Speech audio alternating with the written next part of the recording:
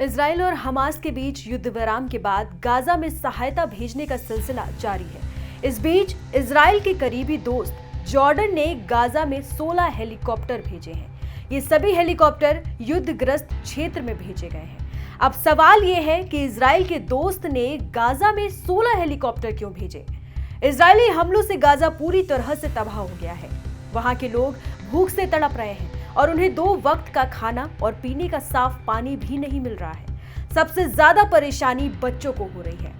Gaza में भूखमरी कम करने के लिए मिस्र के राफा सीमा से सहायता सामग्री भेजी जा रही है, लेकिन ये गाजा की आबादी के मुकाबले बहुत कम है। इस स्थिति को देखते हुए जॉर्डन द्वारा 16 हेलीकॉप्टरों को भेजना एक महत्वपूर्ण कदम है।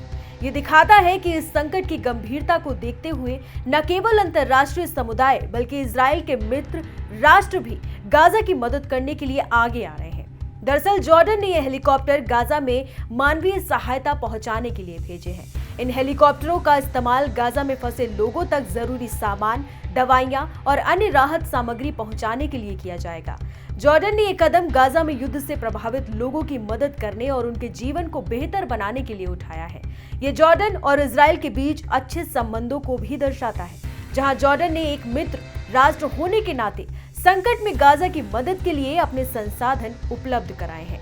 मिस्र की राज्य सूचना सेवा यानी कि SIS की रिपोर्ट के अनुसार मिस्र ने राफा सीमा के माध्यम से पहले भी 310 मानवीय सहायता सामग्री से भरे ट्रक गाजा भेजे हैं।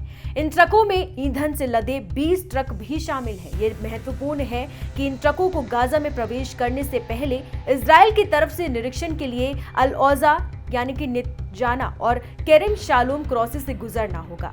ये निरीक्षण प्रक्रिया सहायता सामग्री पहुंचाने में देरी कर सकती है, लेकिन सुरक्षा कारणों से इसे आवश्यक माना जाता है। मिस्र की तरफ से की गई ये पहल गाजा के लोगों के लिए एक महत्वपूर्ण सहायता है, लेकिन जैसा कि पहले उल्लेख किया गया है, ये गाजा की आबादी की आवश्यकताओं को पूरा करने के लिए पर्याप्त नहीं है।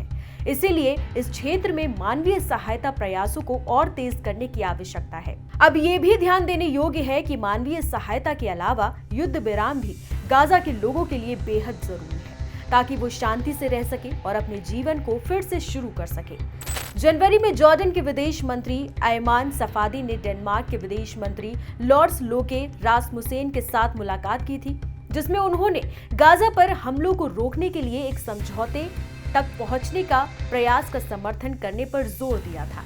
इस बैठक में स्पष्ट होता है कि जॉर्डन इस क्षेत्र में शांति और सुरक्षा को बढ़ावा देने में महत्वपूर्ण भूमिका निभाना चाहते हैं। जॉर्डन ने डेनमार्क के साथ मिलकर गाजा की स्थिति पर अपने रुख को समान रखा है, जिससे यह स्पष्ट होता है कि दोनों देश इस मामले पर एक साथ काम करने को तैयार हैं।